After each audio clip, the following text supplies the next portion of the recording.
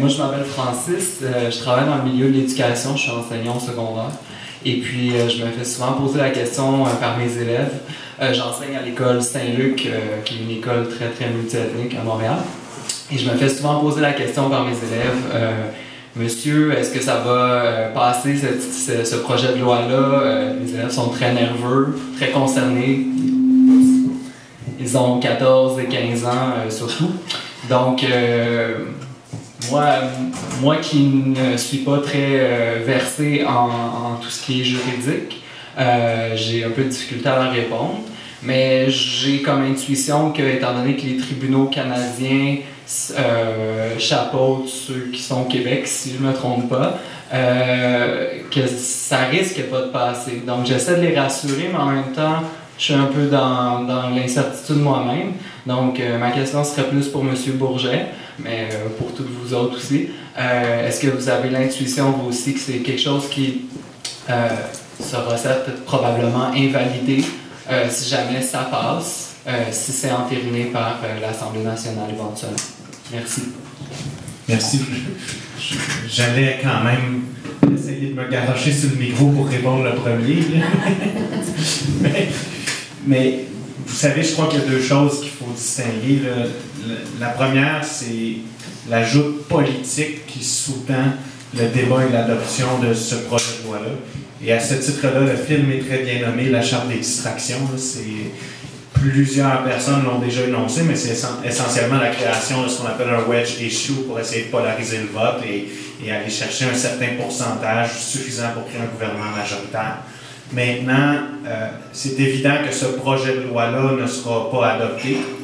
On a vu qu'avec le déclenchement des élections, même les commissions parlementaires vont être annulées. Donc, la plupart des intervenants, je ne dirais pas les plus crédibles, là, mais les intervenants organisés, les représentants des principales communautés touchées, des organismes comme Québec inclusif, on ne sera pas entendu en commission parlementaire.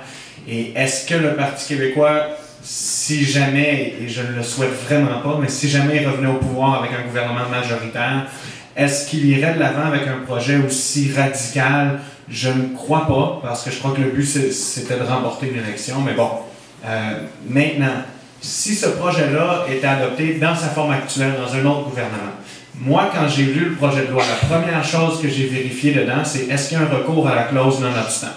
OK? Et là, je ne veux pas parler en langage trop complexe, puis vous me direz si jamais je dois expliquer, si je dois vulgariser un peu plus dans mes explications. Mais vous savez, de la même façon que les citoyens doivent respecter la loi, les lois, elles, doivent respecter la Constitution, qui est en quelque sorte la loi des lois. Donc, les chartes des droits font partie, dans nos démocraties libérales, là, de l'ordre constitutionnel. C'est-à-dire, il y a la charte canadienne qui est de portée constitutionnelle et la charte québécoise qui est de portée quasi-constitutionnelle.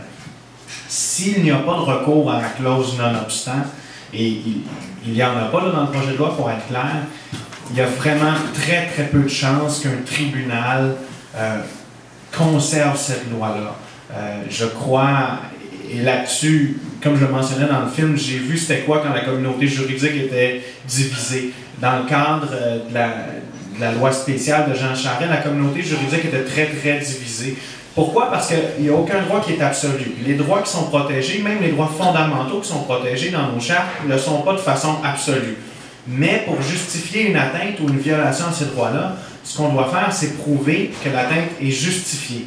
Alors, la première chose, il faut montrer qu'il y a un objectif qui est réel et urgent pour porter atteinte à ces droits-là. Dans le cadre du printemps érable, eh bien, l'objectif était quand même assez évident avec les manifestations qui avaient lieu à tous les jours, avec les perturbations réelles ou alléguées là, sur l'économie de la ville et bon, la violence dans les rues, etc., etc.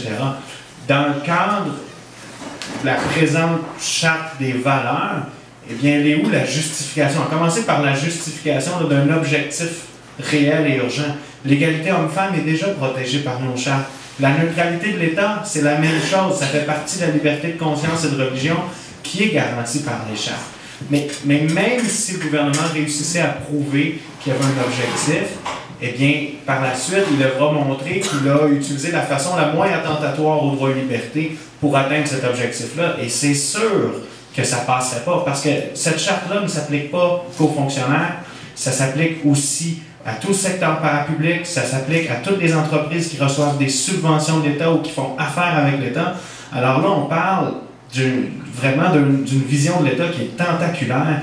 Et moi, à mon sens, je n'ai pas peur de l'affirmer, je suis certain qu'un tribunal viendrait invalider cette loi-là. Et je vous dirais que les juristes qui ont soutenu la position inverse sont très peu nombreux et malheureusement pour eux, ont perdu beaucoup de crédibilité dans leur prise de position.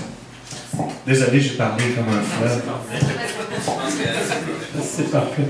Je pense qu'il y a un autre aspect qu'il faut regarder. D'abord, les effets de cette charte. C'est-à-dire que même des lois, ça passe pas, ça n'a pas autant d'effets. Parce que dans le cas de ce qui se passait pendant la grève, on a vu qu'ils ont fait des lois. Mais le fait que les citoyens ils aient confiance en eux et qu'ils sont mobilisés ensemble, ils ont mis vraiment la loi de côté. Et même chose, il y a des lois qui existent au Canada qui sont comme à lettre morte, ça veut dire qu'on ne l'applique pas. Pourquoi? Parce que c'est le rapport politique qui est différent. Maintenant, si la loi, ça passait ou ça passait pas, mais les effets qu'ils ont voulu faire, malheureusement, ils sont concrets. Et moi, aussi, je vois avec nos élèves, c'est vraiment la réponse qu'on essaie de formuler pour dire que les citoyens, ils doivent se conscientiser, ils doivent, au lieu d'avoir peur de l'autre, ils devraient aller encore plus. C'est vraiment la meilleure réponse. Et comme je dis, ce soir, je trouve doublement touchant, ce documentaire à Hochelaga-Maisonneuve, sur le quartier qui est le père fondateur, comme certains autres quartiers de Montréal, des travailleurs et travailleuses, et même à certaines époques, des paysans ici qui ont fondé ce pays. Et ceux qui ont voit des gros édifices, c'est toute la richesse de Montréal et ou du reste du Canada, c'est fondé par ces gens-là. Et comment ils vivent dans la pauvreté? Moi, comme je dis, j'enseigne juste pas loin d'ici, la majorité de nos étudiants et étudiantes, ils travaillent 30 heures, 40 heures pour arriver à leurs études. Je trouve que c'est scandaleux.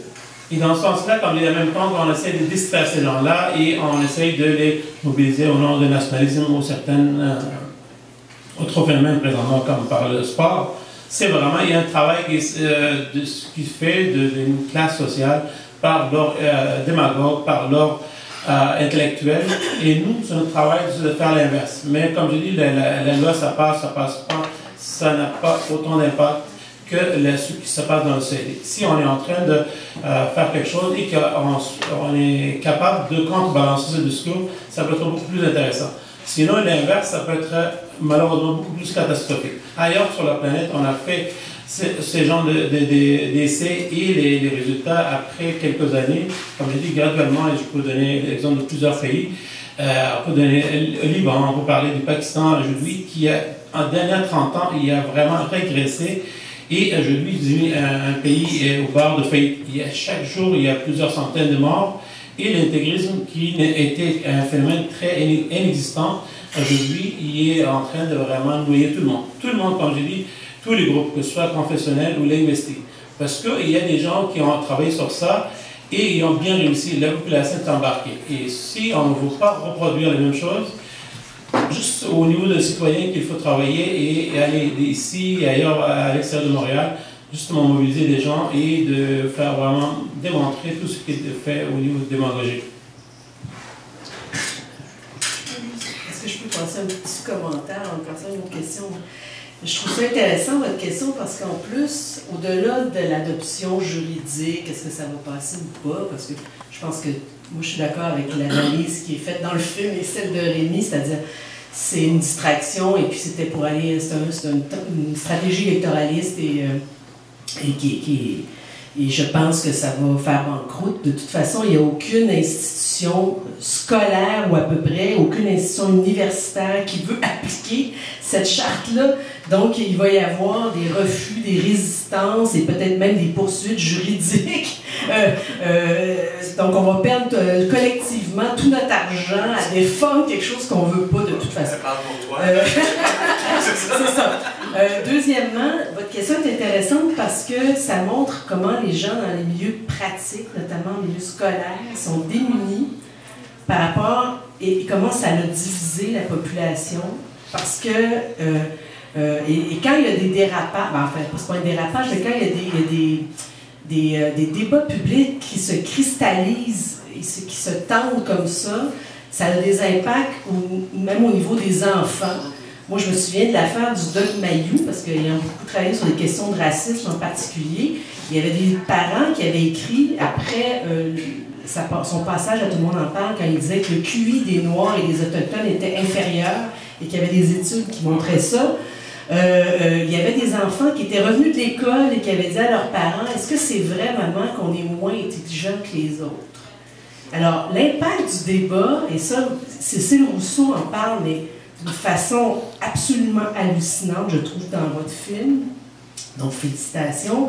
Elle montre à quel point ça a un impact psychologique sur les rapports intercommunautaires, intergroupes, à l'école, dans les milieux de travail, et c'est là-dessus qu'il faut aussi travailler après en termes de formation et d'éducation. Et c'est désastreux ce qui est en train de se passer, je trouve, dans différents milieux. Et vous avez mis le doigt dessus. Est-ce que ça va être les inquiétudes que ça crée chez les enfants, chez les adolescents ou chez les professionnels dans plusieurs secteurs, notamment les professionnels de l'éducation? Et même comme enseignante, moi je forme des futurs enseignants pour travailler sur les questions d'accommodement raisonnable. Est-ce que ça, c'est une vraie demande d'accommodement? Est-ce que ça n'est pas une vraie? Est-ce que c'est une vraie discrimination? Et en principe, on en a parlé dans le film, un accommodement raisonnable doit corriger une discrimination. C'est pas n'importe quoi qui est accepté. Donc, il ne faut pas que ça brime les droits d'autrui, il ne faut pas que ça ait une atteinte à la sécurité d'autrui. Dans le débat actuel, qu'une madame porte son hijab ou pas, en quoi ça détruit mes droits? En quoi ça porte atteinte à ma sécurité? En quoi? Donc, les balises en matière d'accommodement raisonnable étaient très bien, étaient très claires, sont très très claires et étaient très, très bien appliquées par les milieux scolaires, qui commencent d'ailleurs à comprendre de plus en plus, mais la charte vient créer des confusions, parce qu'ils ne savent plus si il faut qu'ils appliquent les règles d'accommodement comme ça a été décrit dans les balises qui existent. Là, on ne sait plus, est-ce que ça va être ces balises-là qui vont être encore appliquées ou ça va être d'autres choses. En tout cas, ça crée une extrême confusion. Alors, c'était juste un petit mot pour ajouter à ce qui a été dit avec intelligence déjà, mais bon, voilà.